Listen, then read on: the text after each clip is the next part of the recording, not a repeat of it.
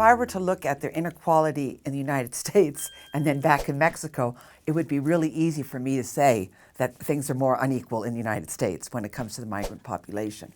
I know that from my own research and from the vast literature I've read as a graduate student and taught as a professor, that there's a general understanding or assumption that return migration does create inequality. That is, persons who migrate are able to come back with more resources, more remittances, and skills to negotiate businesses, labor markets, etc. On the other hand, I think that it's a really homogeneous kind of statement. I think there's a lot of variation in terms of what return migrants really come back with and how successful they can really be. I think there can be many steps taken to alleviate inequality between migrants and non-migrants. And for example, we know that it seems to be the least difficult or easiest mobility pathway for return migrants is through self-employment and then into entrepreneurship. I argue that that's a function of skills that they brought back. It seems to me it could be also a win-win situation for non-migrants if the Mexican government is able to incorporate employers and non-migrants into the certification and training process. So I think that there are opportunities from here. And I also think that these are questions that could vary tremendously by local context. So I would imagine inequality would be a lot less in large urban areas where you have diverse industrial bases and lots of opportunities for migrants and non-migrants alike.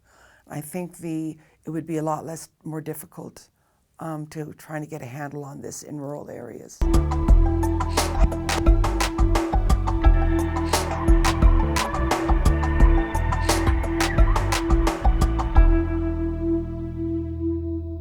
I think we are headed for some really rough times in the United States.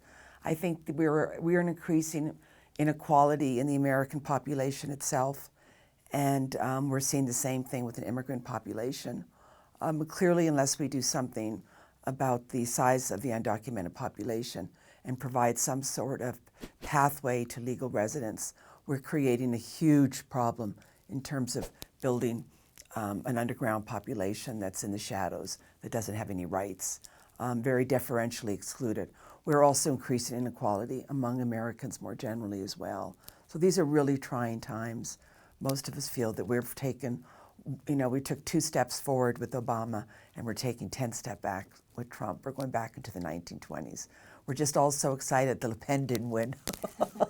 So we have kind of a moderate there. So we'll see. I mean, on the other hand, Trump really hasn't accomplished anything. So this is maybe the good news. So maybe the Congreso will change in 2018. But as the way the immigration laws stand right now in the country, there's very little opportunities for migrants to experience any type of mobility because they're restricted to working in a segmented, unregulated labor market.